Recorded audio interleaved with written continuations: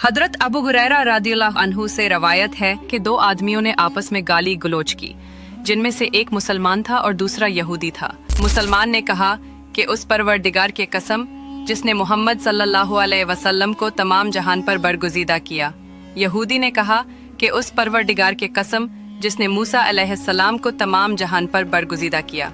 रावी ने बयान किया कि मुसलमान यहूदी की बात सुनकर खफा हो गया और उसके मुंह पर एक तमांचा रशीद किया। यहूदी रसूलुल्लाह सल्लल्लाहु अलैहि वसल्लम के पास गया और आन हज़रत सल्लल्लाहु अलैहि वसल्लम से अपना और मुसलमान का सारा वाक़या बयान किया। हज़रत सल्लल्लाहु अलैहि वसल्लम ने फरमाया, देखो मूसा अलैहिस्सलाम पर मुझको फजीलत मत दो, क्योंकि क़यामत के दिन ऐसा होगा कि सूर फूंकते ही तमाम लोग बेहोश हो जाएंगे और मैं सबसे पहला शख्स हूँगा जिसे होश आएगा। मैं क्या देखूँगा कि मूसा अलैहिस्सलाम अर्श इलाही का कूना थामे हुए हैं।